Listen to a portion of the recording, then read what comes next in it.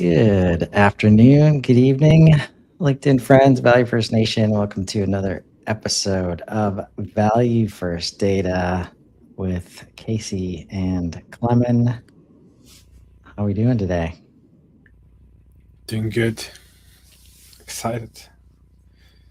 Where we Excited? end. Yeah.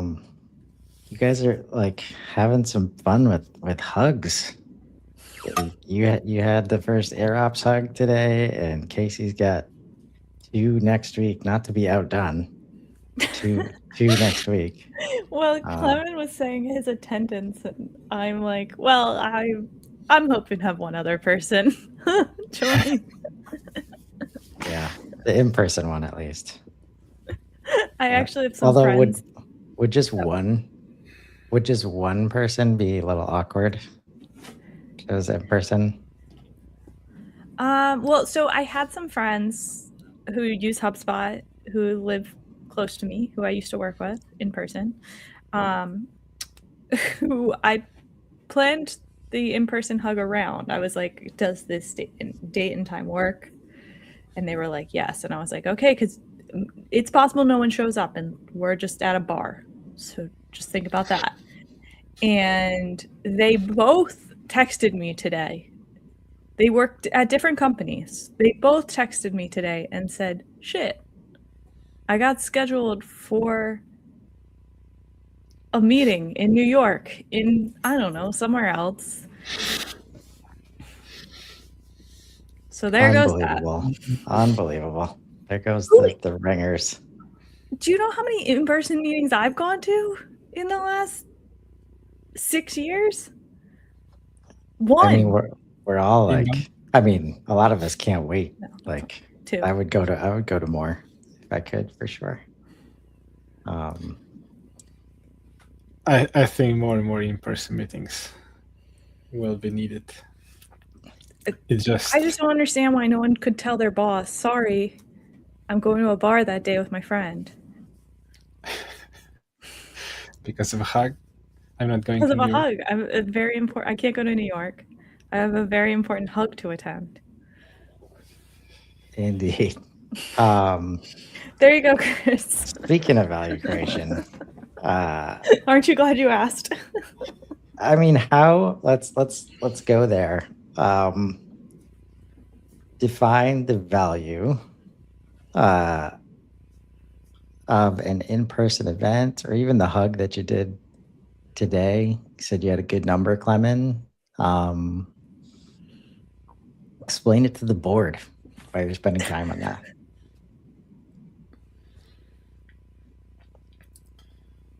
Relationships. Unmeasurable, but true relationships. I'm a firm believer we're all seeking human relationships. And just for the past 2 weeks, with all the AI native shift work we're doing with the team, we keep going back to companies you work with and you're trying to help them with AI native shift. You need to trust you. You need to have a relationship. Without that, no cold email outreach will ever get you to a meeting with executive to talk about the importance of AI native shift, how you do relationship building with people on the screen at least, if not in person, Casey. But it's on a short notice, it's hard to measure and say what you got out of it. But in the long run, I think it compounds. I don't even want to say this because this gives Chris too much power, and I don't like to do that. But Chris, you sent us a draft of an article, and I read the headlines of the draft that you sent. And I texted one of my friends, and I said, what even is good marketing anymore? To be clear, not because Chris's article like wasn't or was good marketing. But because of this whole conversation about like what is value, and this is a building conversation, like we've been doing this for weeks. We've been doing Lead Score Monday, which for months, also which Chris and I talked to Riley yesterday about how I, who have called myself the lead scoring queen for a year now, I'm talking more people out of lead scoring projects than I'm talking them into. And it just makes me wonder, like, yeah, how do I do marketing in our new world? I hear you and I feel you. If nothing else. Yeah, and I think the easiest thing that most people could do is just like talk to anybody who was around before the dawn of digital and SaaS. And it's like, if you've ever tried to pin a sales team or a sales org down on how they measure the value out of events, like in-person events and trade shows, and like I've never seen that argument won in any kind of empirical, quantifiable way. Right? Like even CFOs that try to get like, it's like that, and it's inherent that like your answer is right, Klemen, in terms of like relationships. Like the only way to have and actually nurture relationships, not send some emails, is to spend time with people, like have conversations with people, be around people, right? And I also go ahead. And like, so we're coming off of 12 weeks, 6 of which we went over the unified customer view, and the other 6 was on the unified revenue view. I think the unified revenue view is like much more obvious of what kind of things you're going to expect to see on that. And that's much more of just getting all your data in the same place as it relates to the entire journey, so that you can see a front to back revenue journey of somebody. But when we talk about unified customer views, especially as it relates to the concept of lead scoring and signals, and just the more people that you see interact with like this old world versus signals, like signals can be just one and done. And if you try to like build them into a score, you're, in my opinion, much more likely to lose the thread or lose the context or like lose the opportunity to react to it. And so what are we showing as like a valuable relationship on a unified customer view? I know I haven't been the best at like, all right, here it is, outside of like, well, you need a unified customer view, so let's just agree on that. But now, like, we can quantify number of relationships, but are we measuring the right kinds of relationship? I think is what it comes down to.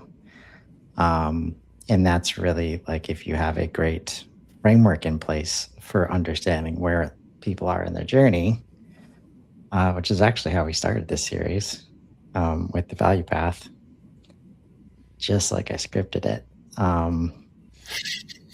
It's possible, right? It is possible to measure this kind of stuff. It's just not quick. It's not, you need a system to do it.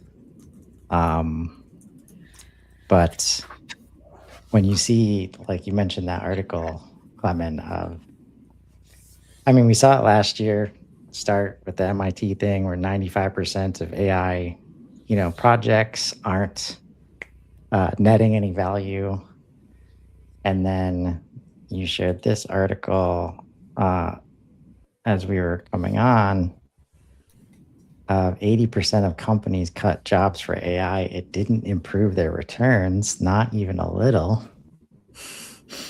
Like, it's like, and when you see Anthropic create a services like firm and open it, like everybody's trying to figure this out, like right now. I don't think anybody has, and that's what led me to down the path of like the topic that we're talking about today. I think for me, it's becoming harder and harder. And I keep going back to the term marketing because that's just the lens I come from. But I'm having a harder and harder time to look at how do you market something unless your end product is actually valuable. Which is good, maybe, which is good, period.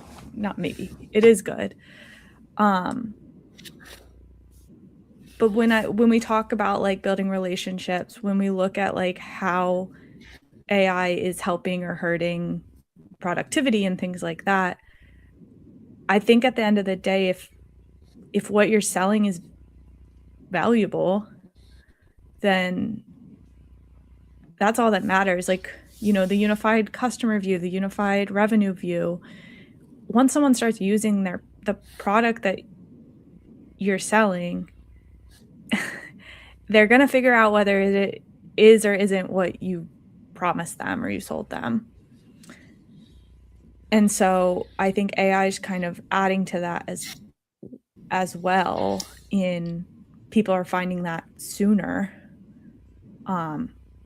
rather than being misted by impressive marketers like myself.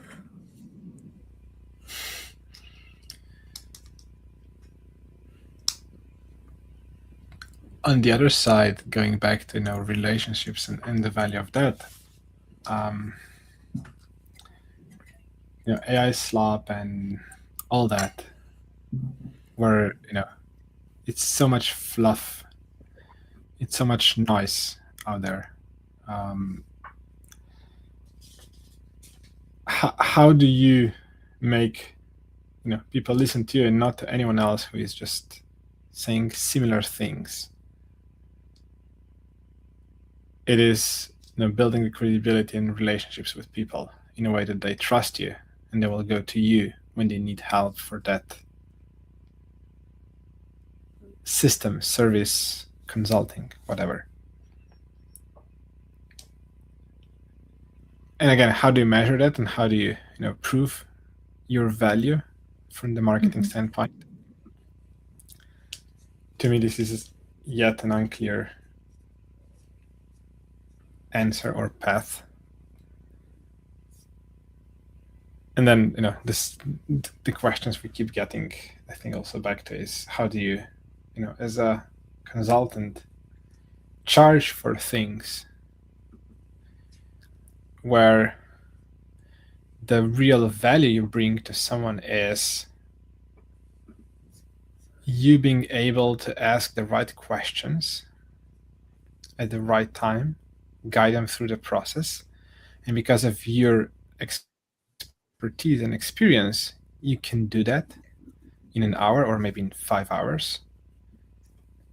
But the value is unmeasurable. And then you might get them in 5 hours or in 10 hours of hands-on work, get them an agent or get them a system, and you maybe haven't wrote any line of code to build that system, but because of your design and architecture skills and asking the right question during the scoping, you're even able to deliver that in a way that it works. So you shouldn't charge for that 10 hours of,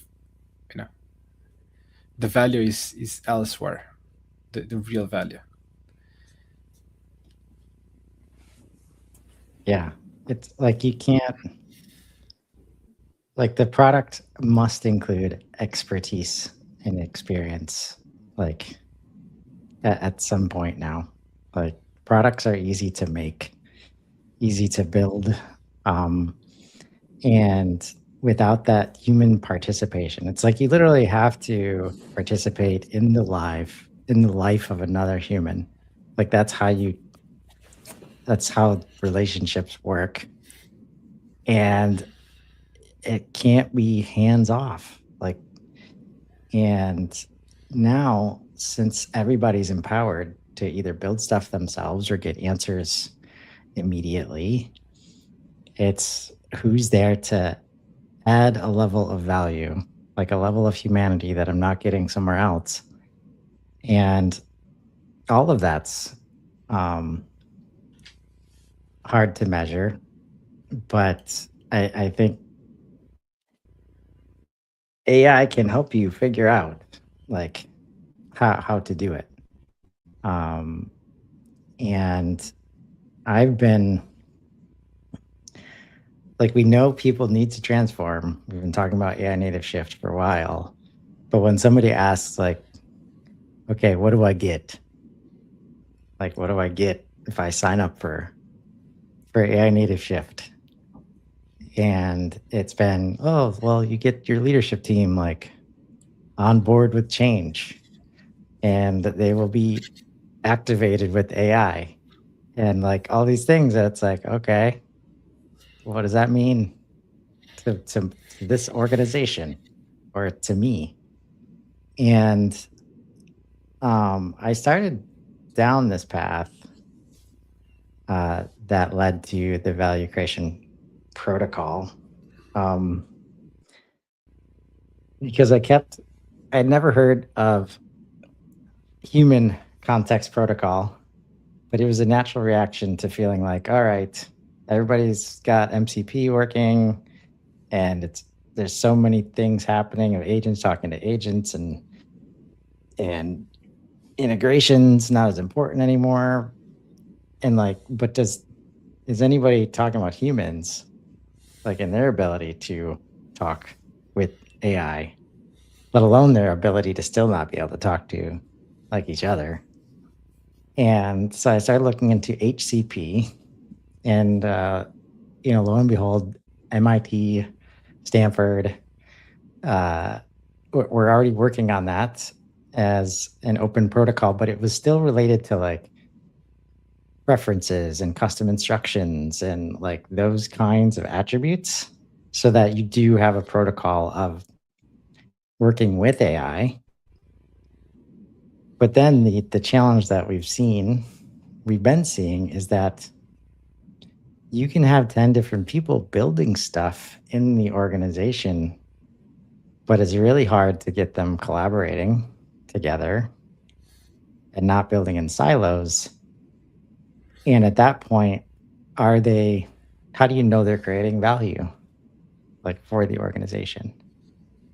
And so working through that brought me to, the value creation protocol, which I think it answered the question for me of, okay, we know the old KPIs like aren't going to work. And I'm sorry that serendipitous timing and just being where they want you to be and just focusing on the relationship, none of that is measurable. And I'm sorry, but that's the way it is, because you don't get to charge for an hour when it takes 5 minutes. That doesn't land well, because people want to measure stuff, and rightfully so.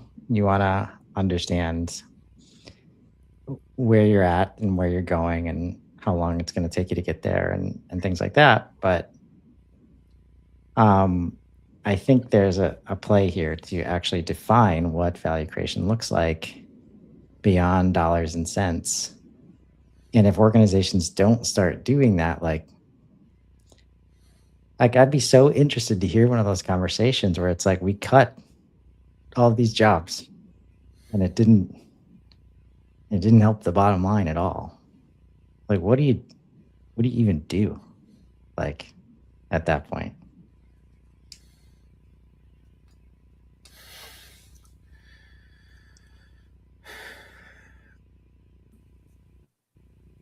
It sucks. So I guess, how do I want to frame this? So, Chris, you both, Chris and Clement, you both use AI a lot. You're both much more advanced than I am. I find that I use AI. I think it helps me. I have not found that I need less help. Like, in fact, I feel like I have more work often and I think it makes me more efficient, and maybe part of it's I'm able to get more clients because I'm able to use AI to help with some things I used to not like doing, like writing emails and things like that. So maybe that's part of it. But how do you guys feel as people who use AI even more than me? Myself, overwhelmed.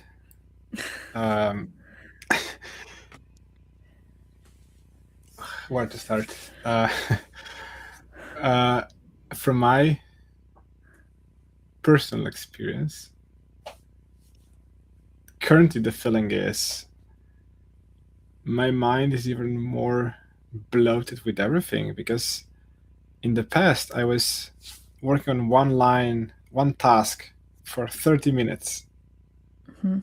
and I finished it. Now, because I can have, and I have 14 terminals open with cloud sessions, I feel like I'm doing 14 different things at the same time, which means I need to keep the context of 14 different tasks in my head, knowing what I asked in each of those cloud sessions, what I'm building.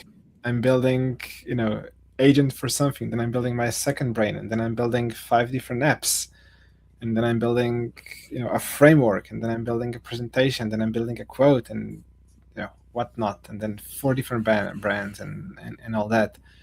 That comes back to my mind as just being more overwhelmed than I was maybe in the past. Of course, I can do way more than I did, but currently it just adds up. My hope is this is a short-term problem. There will be a day where it gets easier because of all the context being better managed. There will be, systems, and I believe now we are in a position when building systems around AI is possible. This is why all Claude and all the other LLM providers are looking for partners, because you can now build something which will last for more than a week and not being obsolete because of something new comes out. Now you can start building, because we're kind of at the plateau of how far we can get with the current technology, current LLM approach. There will not be huge breakthroughs. Even for the past few LLM models, they are improving the agentic flow, and they're improving bits and pieces, the usability and the user experience of us using AI, but they're not adding a lot of brand new capabilities and brain or thinking capabilities, which means now you can start building on top of AI. So now the layer on top of AI to make it useful, to make it into companies to see the value, not just AI hype, is happening. Context management for more than one person, to my understanding, is not a solved problem. Measuring the value of that is not a solved problem, as you Chris said. everyone is trying to figure it out. Not only us, the small people, but even the big brands. So eventually we'll get to a better place. But the sooner you start playing around and being overwhelmed, the sooner you get to the hopefully to Right. the better place we all hope for. That's my hope, and in that, why I'm willing to be currently overwhelmed and nervous with all those cloud sessions run simultaneously and That's what I the try only, to do. it's the only way you learn, right? Using tokens. Like, it's the only way you can learn. And I do agree. And they talk about on Moonshots a lot in terms of like, if you get to the end of this year and you're one of the ones that have been token maxing or just like, making sure you're using AI every day, you're going to be way ahead of those who haven't. And AI, will catch up. I was joking with Ryan Ginsberg last night. It's like, we just want to enjoy like when you sit there and you just watch it build something and you're just like, I can't believe it. What's happening right now. It's so amazing. Like, feels so good. We just want more of that and less of the, like, why didn't you link that thing like you said you were going to do? Like those moments. We just want less of those, right? And like that, those are the kinds of things like when you put it across a diverse team, it's like, that's why this is so hard right now. But I do think that like when you can accept that most of the outcomes themselves are measurable, you can start to measure output in a better kind of way, right? Like just the fact, like if we've been talking about this with signals, like can you sit down with your team and decide what a good signal is for your organization, for your sales team, for like, can marketing help your sales team do that even? We're going to find out soon. But because if you can, and you decide, all right, Klemen is a founder at Celestial, and he's doing this thing on LinkedIn, and we've decided that's a really hot signal. We're going to get rid of the concept of, oh, marketing's got to do some stuff to feel valuable. We're just going to get that signal to the sales team as quickly as possible because that's how we win deals. Like it's you have to define that as valuable, and it can't be a lead. Like it can't be a lot of the things that we've been measuring. There's no like, I guess there's a conversion path. I don't know. It's just different. Like you cannot plan for it. You have to be there when it happens, right? And like, are you spending time where it's going to happen? Like, can we measure that? Like, how much time did you spend on LinkedIn today? Too much, Right. but okay. Right. I hear it's working out for you, Klemen. But that's where, like, the thought of, okay, we've got humans, or we've got AI protocols like MCP and stuff like that. And we've got where everybody's getting better at custom instructions and preferences and memory and all that structure. But is anything actually happening of value, like from these things? Like when you build a good AI plus human system, like what is the outcome supposed to be? And that's where, as you're talking to people and you see the joy on their face and they say things like, they've never had so much fun at work, like ever. right? I've been saying that, like, as a leader, that needs to mean something to you. And imagine a whole team feeling like that, like 100% immeasurable, but everybody knows that would be really, really valuable as an outcome, like for the organization. And do we need to spend the time of like, all right, taking everybody's temperature, like give us some feedback, fill out this questionnaire, and we'll do a, you know, an ENPS score and all that stuff. Like, no, you create the space to understand that you're having a good time, like doing your job. And that automatically means we're spending less time talking about the things you don't like and experiencing all the friction and all the stress that comes with that. We had a discussion with a potential client, with a guy who is heading the AI transformation and all that, and then we've been talking about helping their accounting team, like I think 3-4 people, clicking through their accounting system and adding the invoices and whatnot into the system. Can we save them half of their day of clicking with AI? And then we asked, okay, so what is a success of that? So what's the value? What's the outcome we should aim for? And the answer was, if they only can say, now I can breathe, it's more than enough. I was impressed. Like, it's not we saved X amount of minutes or hours. They're just so overburdened with everything, and because it's so inefficient, they feel the pressure of everything. They're always behind everything. And if only we can relieve them so they don't quit their job because of just being overwhelmed by what they need to do now, that's a success of what AI. It's not to replace them, but they will need to be there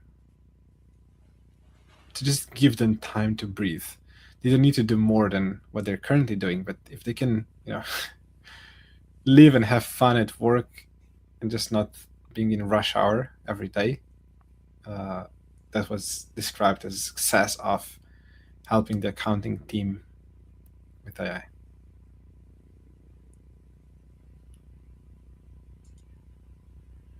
That's crazy, right? Like, and like, can leaders make that decision? Like, that's what it takes. That's why the AI native shift tries to start with leaders actually building stuff with AI so that they can feel this joy, they can feel this new feeling of empowerment, and like, because you can't measure it, and it's very hard to see it in somebody else and then understand the value, especially as a leader of an organization. But unless you say that as a leader, that person saying they have less anxiety, less stress, they don't use phrases like running around like a chicken with your head cut off, like all these things that we just get used to. Like, it's like, that's not okay. It's never been okay. And now AI can like create value in a way that you feel in that space.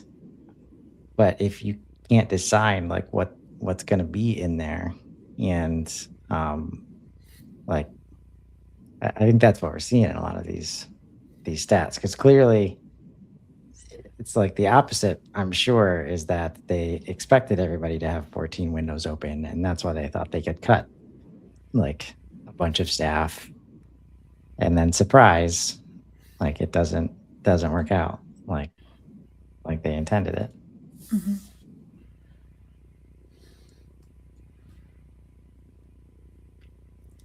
And AI is far from being that PhD level intelligence, fully autonomous system that can run companies. It's not there, and it's far from that. So I think that the primary goal is really how to help people relieve some of their work and enable them to do that backlog they keep adding more than replace them at work. Yeah, some jobs will be significantly different. Some types of jobs might be obsolete, but the same person can do other stuff, which is now somewhere in the backlog of what organization can do. And also, as Gardner figured out, it's not when you start AI native shift, you first fire half of the workforce and then you start implementing it. Don't do that. Start differently. There is a better path. I think a lot of this comes down to like authenticity, which is becoming more and more important. And coming back to what we were talking about those like in-person events, I think that's what people are getting so much value from, is face-to-face, in-person, authentic, because there is so much more noise now, and people are being asked to do a lot more because of AI. Like Klemen, what you were saying, you feel I have said that, I know before, like I just feel like I'm hopping between tabs all the time. So I won't share my screen how many tabs I have open in my phone. And all 5 of them.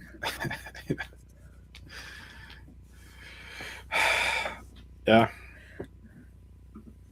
Oh, but to me, this is part of the learning that we all need to go through to just experience, and start thinking differently, because we need to start thinking differently to be able to make that shift. Yeah. And to support the shift along the way. We have to start appreciating different forms of value at the end of the day. And we've been talking about this since last year. And we're going to keep talking about it.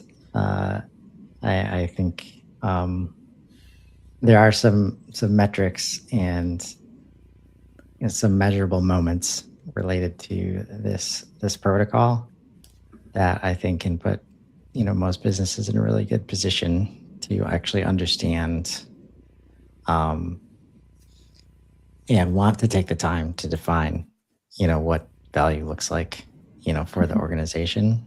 Like, how much do those human moments mean to the team? So I look forward to being back here next Tuesday to keep going down that road. Did we cover at least 5% of what you planned for today? Okay, no. I feel like we took a turn.